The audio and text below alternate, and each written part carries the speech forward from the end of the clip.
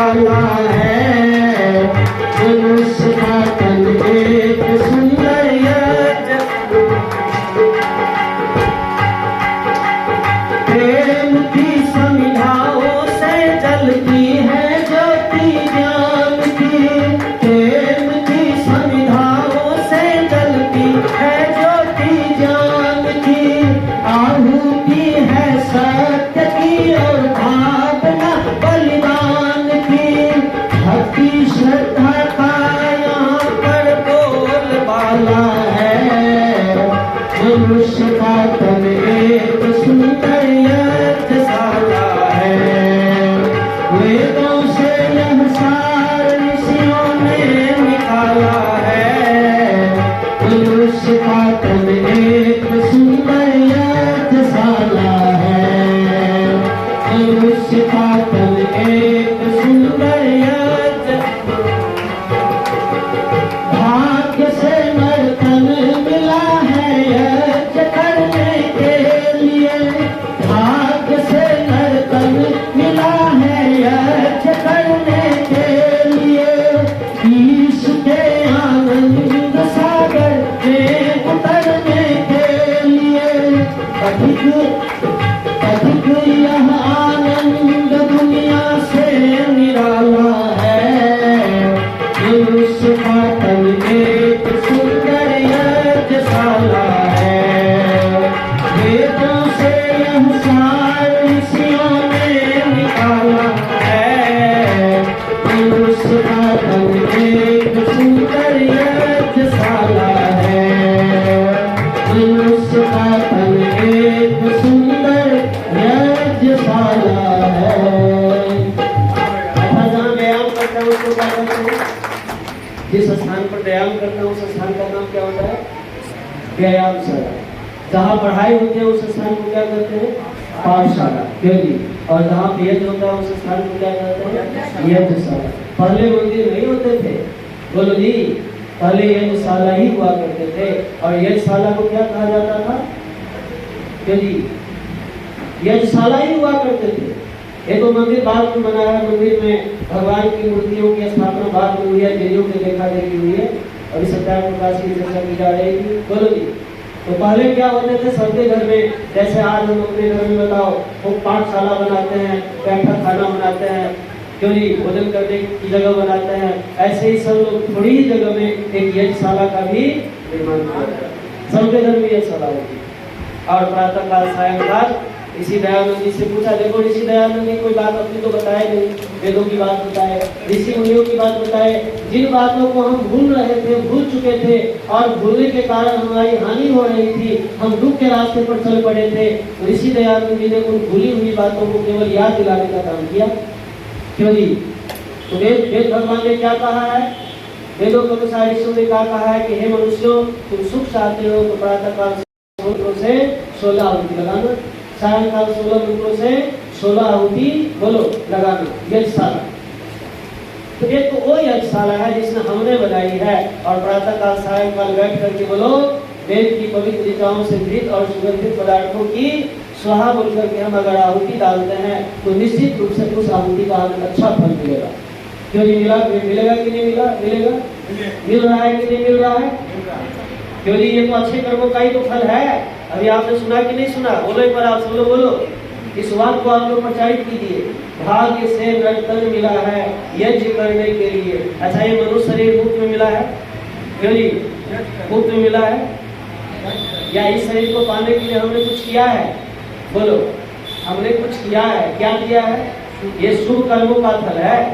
शुभ कर्म, यज्ञ नाम किसका है? शुभ कर्मों का ही नाम तो यज्ञ है। दुनिया में वो सारे काम यज्ञ कहते हैं जिन कामों को करने से बताओ किसका भला होता हो, संसार का भला होता हो। उन सारे कामों का नाम क्या है देवी और संगो? उन सारे कामों का नाम यज्ञ है। तो आप कहेंगे कि आचार्य जी इस यज्ञ का इतना प्रचार क्यों कर रहे हो? क्यों जी? अच्छा, इस यज्ञ से उपकार होता है कि नहीं संसार का? अभी 1 किलो घी से हवन हुआ है या आधा किलो घी से हवन हुआ है? और 1.5 किलो घी से हवन हुआ है। ऐसा बताओ, जिन पदार्थों को हमने अग्नि को भेंट चढ़ाया, अग्नि ने उसको सूक्ष्म करके उसका गुण कई गुना बढ़ाया। अग्नि का क्या धर्म है? अग्नि को क्या कहा है? पृथ्वी आदि सब देवताओं का मुख अग्नि को बताया। जैसे हाथ से भोजन जब आप मुख में डालते हैं तो मुख में ही रहता है, मुख में रहता है। क्यों ऐसे ऐसे सिर क्यों हिला रहे हो? मुख में ही तो नहीं रहता ना। मुख से कहाँ जाता है बताओ? पेट में जाता है, पेट में ही रहता है।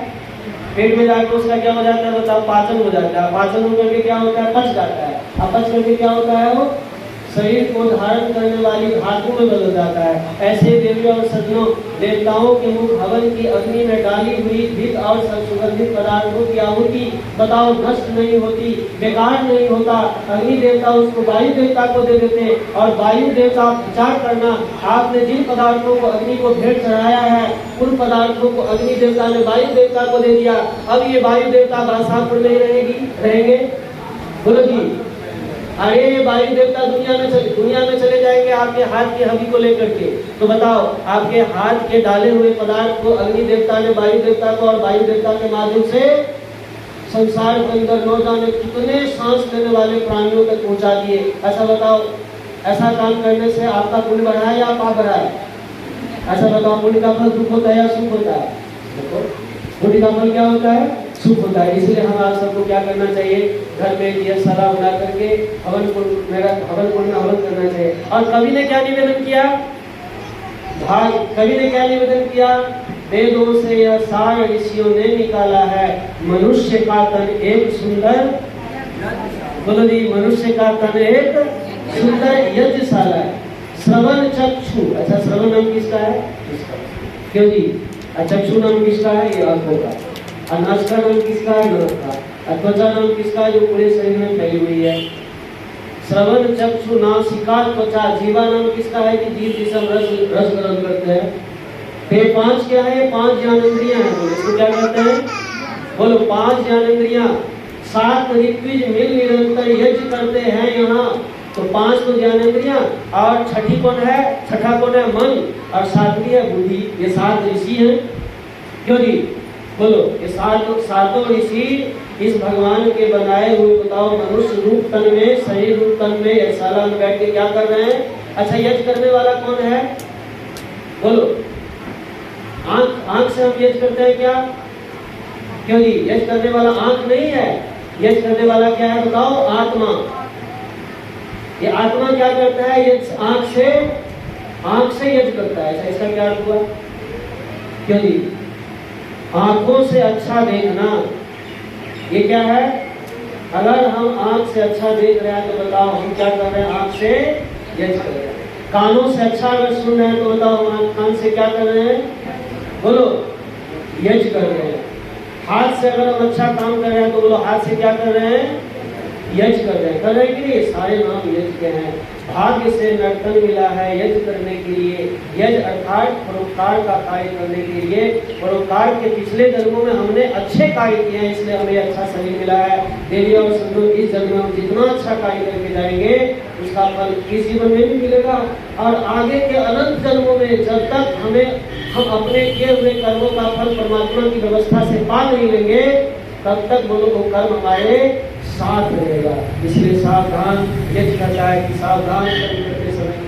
तब तो मैं तो ये दिल्ली में रहता हूँ। हमने जब याद रहते हैं बादशाहपुर में रहते हैं। क्यों जी? देखो अच्छा नवीन जी बात है, आप बोल रही ये हमारे अच्छा नवीन जी हैं, यार समाज बादशाहपुर में रहते हैं और वैदिक विद्वान में पुरोहित हैं। अभी मैं संस्कार विधि नाम पुस्तक में आपको संस्कारों के विषय में बताया कि जन्म से पहले 3 संस्कार होते हैं, गर्भाधान, पुष्पन, सीमंतों ने। बोलो, इस संस्कार को कराने के लिए आचार्य को बुलाओ। घर में जन्म के बाद जातकर्म होता है, नामकरण होता है। बताओ, चौथे महीने में निष्क्रमण होता है, छठे महीने में अन्नप्राशन होता है। साल लगने से पहले हमारे 2 चिन्ह है विद्या के। देखो, एक तो सिर पर चोटी, ओम का झंडा ऊंचा रहेगा। अपने बनाए हुए घर पर तो ओम का झंडा लहराओ। और बताओ, भगवान के बनाए हुए शरीर रूपी मंदिर पर कौन सा झंडा लहराता था कभी? आज बताओ, कोई झंडा है ही नहीं, कोई पहचान है ही नहीं। दुनिया में कहीं चले जाओ, एक मुसलमान भाई अपने मुसलमान भाई को गले लगा लेते, एक ईसाई भाई अपने ईसाई भाई को बोलो गले लगा लेते, लेकिन हम आपको पहचान ही नहीं पाते कि इसमें से कौन मेरा है कौन पराया है। क्यों?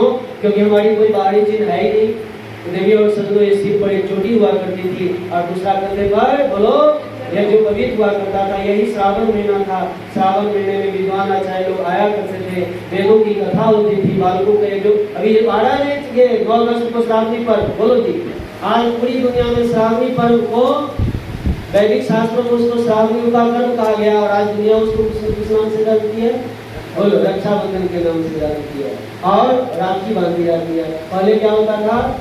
नए बच्चों को यज्ञोपवीत दिया जाता था, और पुराने को यज्ञोपवीत बदलवाया जाता था। यज्ञोपवीत के जो 3 धागे हैं ना, वो 3 धागे हमको अपना लिया हुआ व्रत स्मरण दिलाया जाता था। तो ये हमारी परंपरा थी। धीरे धीरे इस सब परंपरा को हम भूलते चले गए।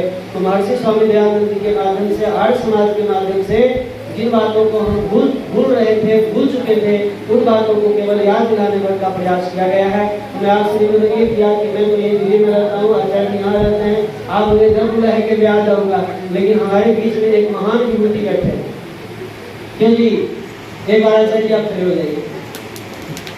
देखिए हमारे आचार्य जी एक महान विभूति है। क्यों जी? ये देवता है, विद्वान को नहीं देवा ऐसा कहा है, विद्वान को ही देवता कहते हैं। तो ये आचार्य जी अपने बिहार मिथिला में, बोलो क्या बोला? मिथिला, जहाँ पे कभी मर्यादा पुरुषोत्तम श्री रामचंद्र जी गए थे, बोलो जी, वहाँ पर 29 वर्षों से आचार्य जी गुरुकुल चला रहे हैं। 29 वर्षों से गुरुकुल चला रहे हैं आचार्य जी, आप लोगों के सहयोग से चला रहे हैं। आप लोगों का सहयोग और आशीर्वाद आचार्य जी के साथ है। तो आचार्य जी को जब ऐसे कार्यक्रम की सूचना मिलती है इस समय, ध्यान रखना इस कार्यक्रम के जो मूल स्रोत है, प्रेरणा स्रोत, वो आचार्य जी ही है। तो आचार्य जी की प्रेरणा से प्रकार के कार्यक्रम हो रहे हैं। तो मैं तो यहाँ से बस आता रहूँगा, लेकिन आचार्य जी को इतने दूर से संभव नहीं होगा जल्दी। तो मैं आचार्य जी से निवेदन करूँगा कि आचार्य जी अपनी बातों से, अपनी बातों में आप अपने मुख से जो वेद की बात है, जो ऋषि मुनियों की बातें हैं, उन बातों से आप सभी सनातनी आर्य श्रोता नर नारियों को आप करें। मैं